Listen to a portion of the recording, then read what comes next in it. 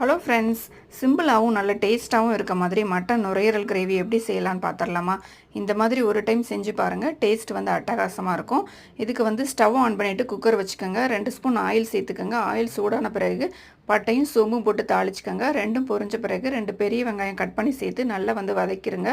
வெங்காயம் வதங்கின பிறகு கொஞ்சமாக கருவேப்பிலை சேர்த்துக்கோங்க. அதுக்கப்புறமா ஒரு 2 பச்சை மிளகாவும் 2 தக்காளியும் கட் பண்ணி சேர்த்துட்டு அதையும் நல்லா வதக்கிடுங்க. ரெண்டுமே நல்லா வதங்கின பிறகு மஞ்சத்தூள், மிளகாத்தூள், மல்லித்தூள், கரம் மசாலா, பெப்பர், இஞ்சி பூண்டு பேஸ்ட் சேர்த்து நல்லா வந்து வதக்கியிருக்கேன். இந்த மசாலாவோட பச்சை வாசனையெல்லாம் போன பிறகு நம்ம க்ளீன் பண்ணி வச்சுருந்தா மட்டன் நுரையீரலை வந்து இது கூட சேர்த்துக்கலாம்.